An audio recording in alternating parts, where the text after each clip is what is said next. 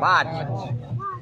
पहली वजह मैं आपको बता दूं, उलमा फरमाते हैं कि जिस मजलिस में 40 मुसलमान होता है, जिस मजलिस में 40 मुसलमान होता है, उन 40 में से एक अल्लाह का वली होता है। सुभान अल्लाह बोले तो उन 40 में से एक अल्लाह का वली होता है। तो बताइए 40 मुसलमान बैठा है, कई सौ मुसलमान यहाँ पर बैठे हैं, न जाने कितने अल्लाह के वली यहाँ पर बैठे होंगे। तो जिस मजलिस में अल्लाह का वली बैठा हो, जिस मजलिस में अल्लाह का महबूब बंदा बैठा हो, वहाँ पर दुआ मांगी जाए, अल्लाह उस दुआ को कबूल करेगा कि नहीं करेगा।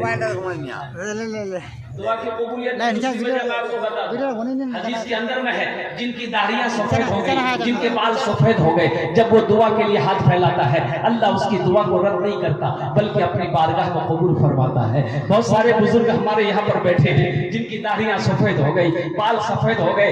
और दुआ की कबूलियत की तीसरी वजह मैं आपको बता दूं, ये छोटा छोटा मासूम बच्चा बैठा है, देख लीजिए, रात 11 बजने को है, इनकी आंखों में नींद नहीं है, इनकी आंखों में नींद नहीं है, मासूम बच्चा है। और जानते हैं ये बच्चा कौन है? ये बच्चा जन्नती है। सुभान अल्लाह बोले तो माशाअल्लाह। ये बच्चा कौन है? बोलिए जन्नती। अरे बोलिए ना जन्नती। ये हम नहीं करें, इमामुल अंबिया का फरमान है। अल्लाह के रसूल ने इरशाद फरमाया, बच्चा किसी का हो, यहूदी का हो, नसरानी का हो, काफिर का हो, चाहे मुसलमान का हो, हर बच्चा जन्नती है। बताइए जन्नती बच्चा उस दुआ पर आमीन कहेगा तो अल्लाह को रहम आएगा कि नहीं आएगा? अल्लाह उस दुआ को कबूल करेंगे कि नहीं करेंगे? इन बच्चों के लिए अगर आपकी इजाजत हो तो एक शेर में सुना दूं, भाई सुना दें। शाहरुख न बनेगा, नकीबे हिंदुस्तान, बहुत अच्छी निजामत इनकी हो रही है, अल्लाह इनकी उम्र में बरकत अता फरमाए, आमीन बोले अल्लाह। शाहरुख न बनेगा, हाँ हाँ शाहरुख न बनेगा, न तो सलमान बनेगा, सलमान बनेगा। शाहरुख न बनेगा, हाँ हाँ शाहरुख न बनेगा, न तो सलमान बनेगा, सलमान बनेगा। शाहरुख न बनेगा, न तो शाहरुख न बनेगा, न तो सलमान बनेगा। ये बच्चा मेरा, सब बच्चा मेरा हाफिज कुरान बनेगा, कुरान बनेगा। सब बच्चा मेरा हाफिज कुरान बनेगा, कुरान बनेगा। दुआ की कबूलियत के वजह मैंने आपको बताई, तीसरा। और दुआ की कबूलियत की चौथी वजह मैं आपको बता दूं, इस जगह दुआ कबूल होगी इंशाअल्लाह। सारे लोग बोल दो इंशाअल्लाह। दुआ की कबूलियत की ये रात का वक्त है, रात का हिस्सा है, कुर्बान जाओ, मुत्तफक़ुन अलैहि हदीस है। अल्लाह के नबी ने इरशाद फरमाया, रात का जब आखिरी हिस्सा होता है तो अल्लाह तबारक व तआला बंदे के बहुत करीब हो जाता है। बंदा जब उस वक्त अल्लाह की बारगाह में दुआ मांगता है, अल्लाह उसकी दुआ को रद्द नहीं करते, बल्कि अपनी बारगाह में कबूल फरमाता है। ये चौथी वजह मैंने आपको बता दिया। दुआ की कबूलियत की पांचवी वजह, मैं मुसाफिर हूँ, मैं मुसाफिर हूँ, कोलकाता থেকে চলে এখানে এসেছি, माशाअल्लाह। अल्लाह के नबी ने इरशाद फरमाया, मुसाफिर की दुआ रद्द नहीं होती। मुसाफिर की दुआ को अल्लाह रद्द नहीं करता, बल्कि अपनी बारगाह में कबूल फरमाता है।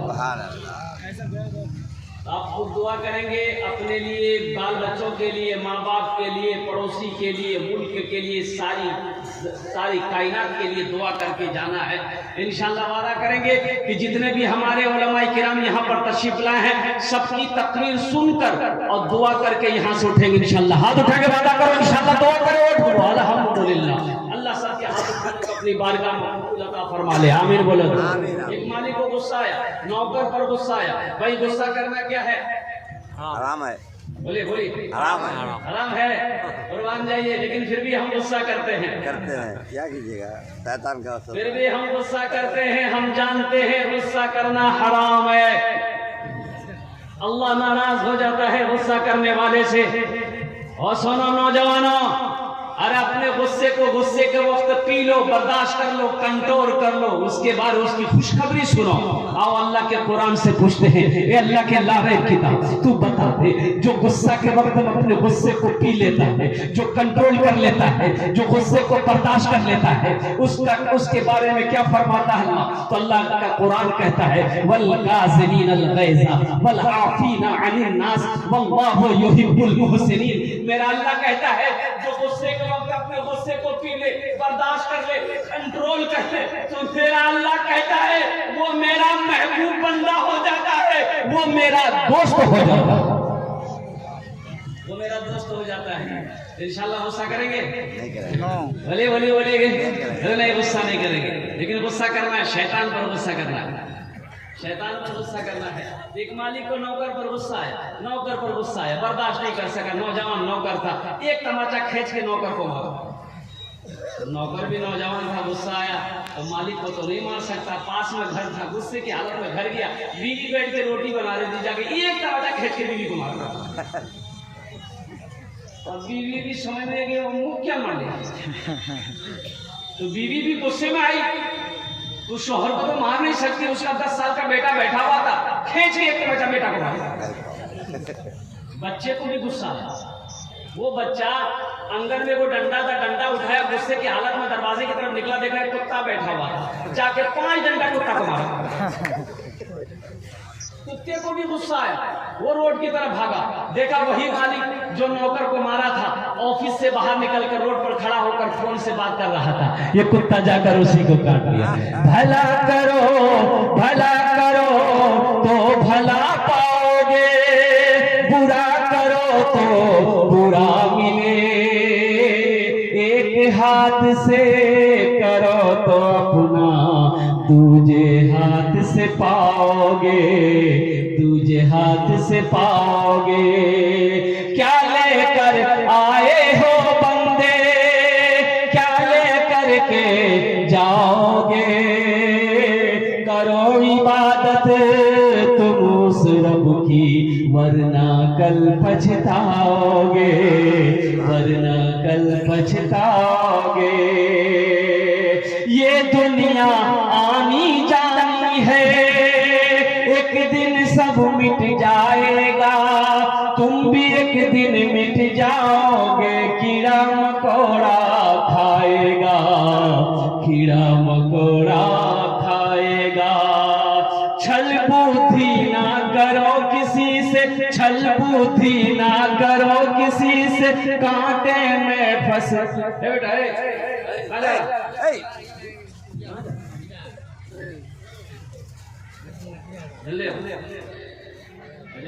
वादा करो जब तक मेरी तकरीर होगी कोई जाएगा क्या? नहीं जाएगा, नहीं जाएगा तो अभी लगले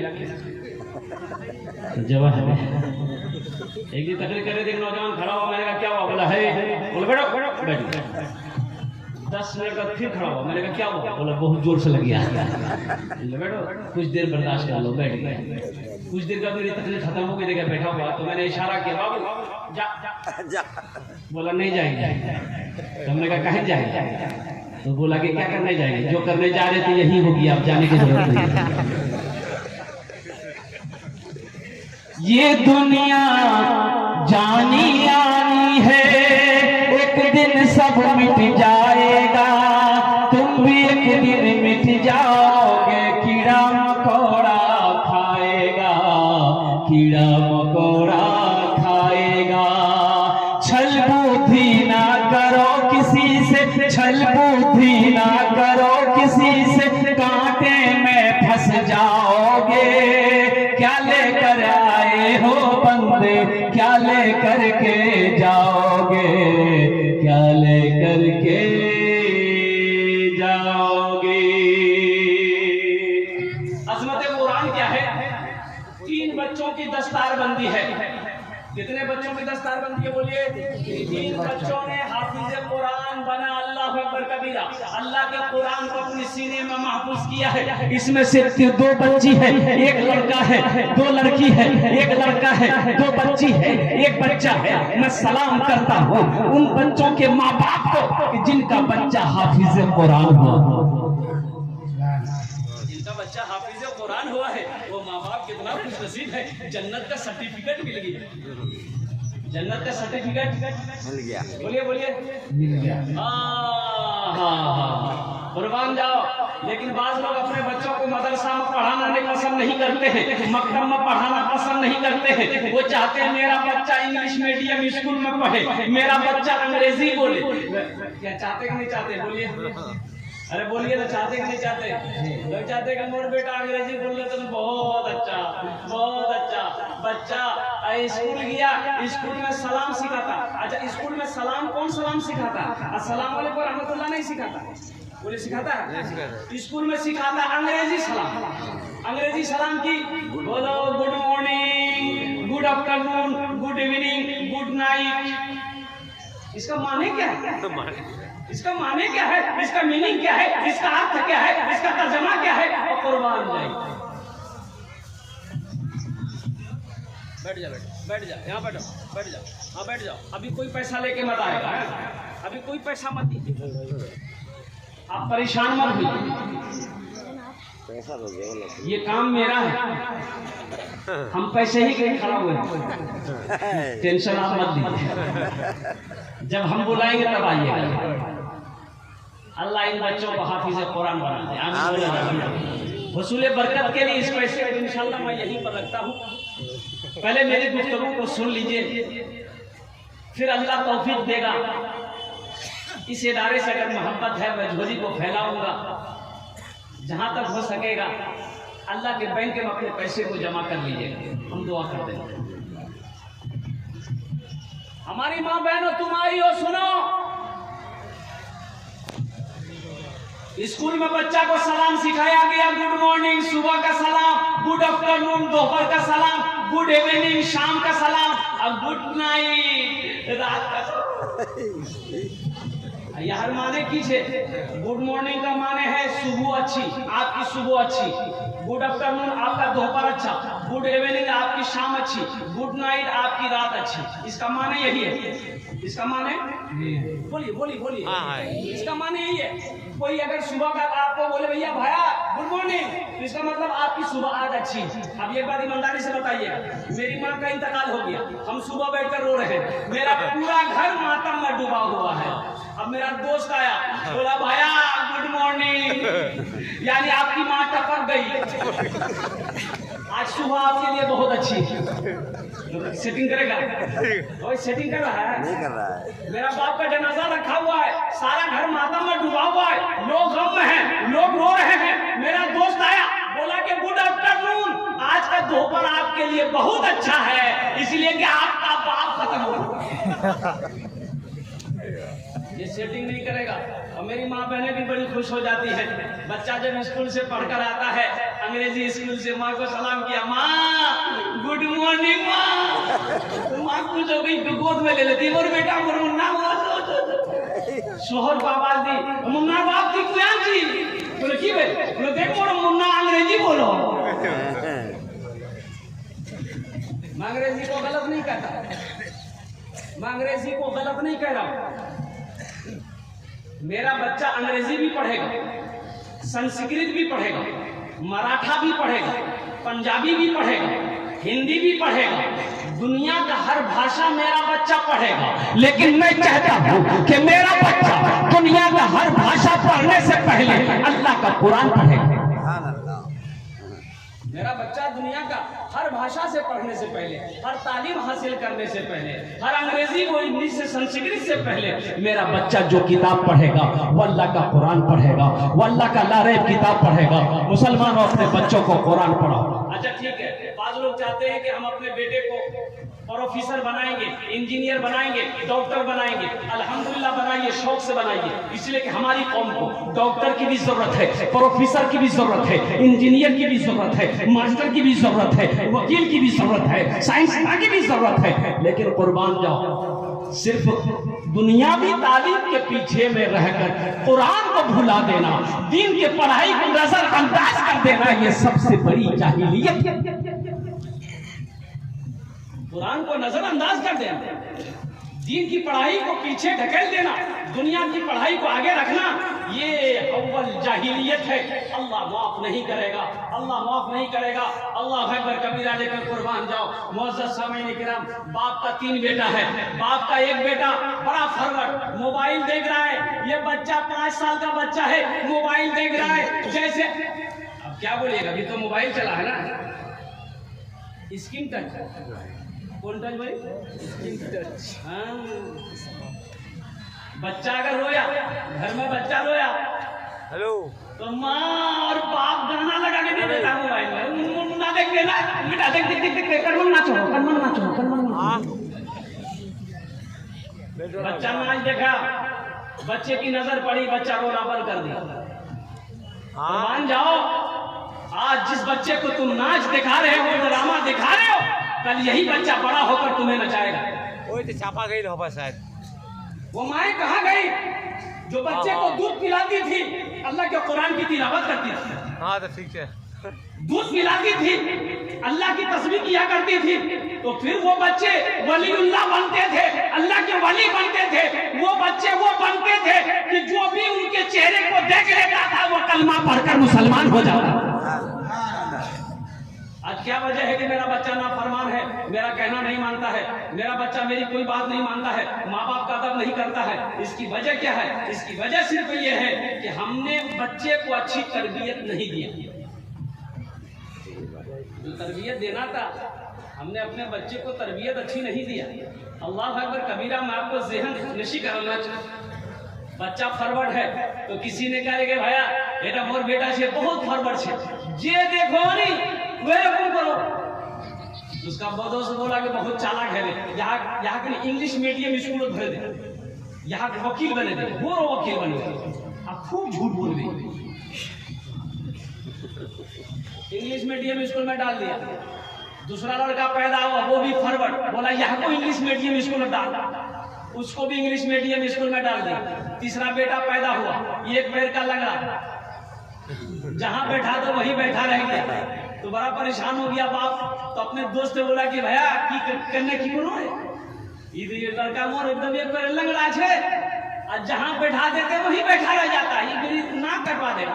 दूसरा दोस्त बोला कि क्या चिंता करो, लंगड़ा से ना, हाँ यहाँ हमारा साबित है, मोल साहब बने जावे, चंदा करवे खावे। मदरसा दारुल उलूम रशीदिया दाखला करे नहीं, टेंशन कर ले, कुर्बान जाओ। अब उसका बाप ले जाके मदरसा दारुल उलूम रशीदिया में जाके एडमिशन करा दिया। लंगड़ा बेटा है, वो दोनों बेटा कोई वकील बन गया, कोई इंजीनियर बन गया, ये लंगड़ा बेटा हाफिज कुरान बन गया, आलिम दीन बन गया।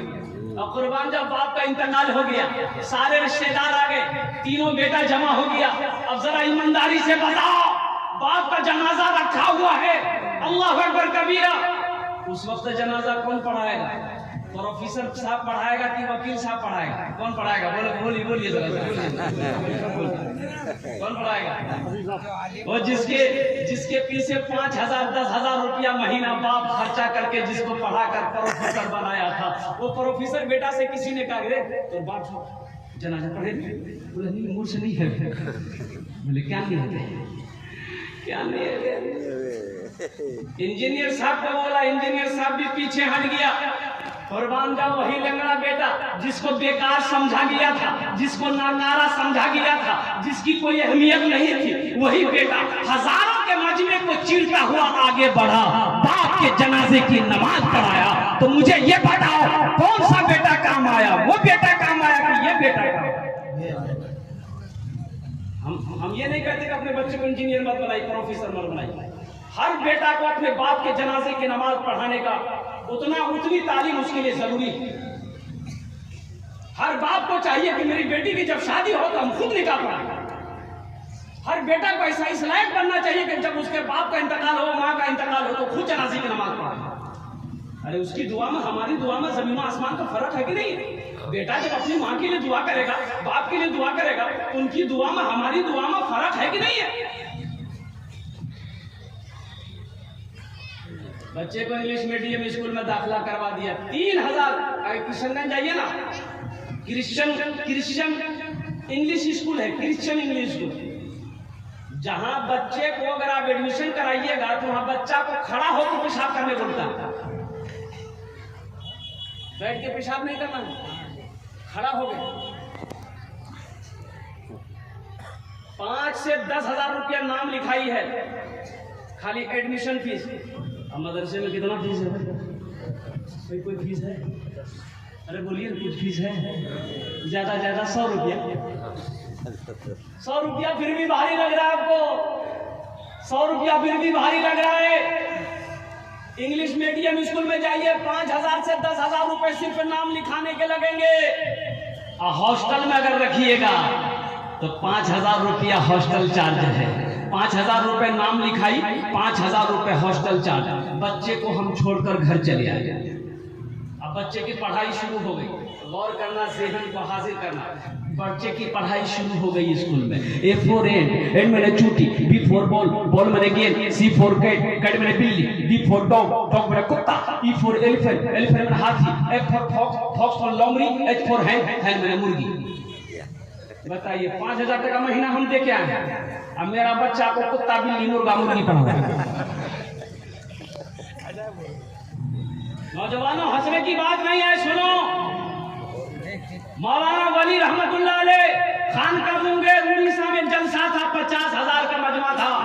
मौलाना वली रहमतुल्लाह अलैह ने फरमाया, उड़ीसा के गैर मुसलमानों, हर आदमी को कम से कम एक बच्चा को हाफिज कुरान बनाओ, इसलिए कि जन्नत में ले जाने वाला कोई ना कोई तो होना चाहिए। जन्नत में ले जाने वाला कोई तो कोई होना चाहिए। हर आदमी को एक बच्चे को हाफिज कुरान बनाओ, हर आदमी हर एक बच्चे को आलिम दीन बनाओ, हर आदमी एक बच्चे को दी कुरान पढ़ाओ, ताकि कयामत का जब मैदान हो, हशर का जब मैदान हो, अल्लाह आपके सरों पे ताज सजाएगा। वही बच्चा आपके हाथों को पकड़कर जन्नत के अंदर में दाखिल कर देगा। अज़मत कुरान क्या है, इंशाअल्लाह बस ज़हन को हाजिर कीजिएगा। अल्लाह अकबर कबीरा। हजरत मुआज़ बिन जबल रज़ियल्लाहु ताला अन्हु जलील क़द्र सहाबी हैं। अल्लाह के नबी ने कहा कि मुआज़, यमन का हाकिम बनाकर हम तुमको भेज रहे हैं, ए मुआज़ यमन चले जाओ। हजरत मुआज़ सफर की तैयारी कर लिए, घर से बाहर निकले तो अल्लाह के नबी इधर से तशरीफ लाए, सलाम दुआ हुई तो अल्लाह के नबी ने इरशाद फरमाया, मुआज़ तैयार हो? कहा या रसूल अल्लाह हम तैयार हैं। कहा कि ऊंट पर बैठ जाओ। वही ऊंट बंधा हुआ था, ऊंट की रस्सी को खोला गया, ऊंट को इशारा किया, ऊंट बैठा। हजरत मुआज़ बैठ गए ऊंट पर, क्योंकि अल्लाह के नबी का फरमान था कि ऊंट पर बैठ जाओ। ऊंट पर बैठ गए। अब ये ऊंट की रस्सी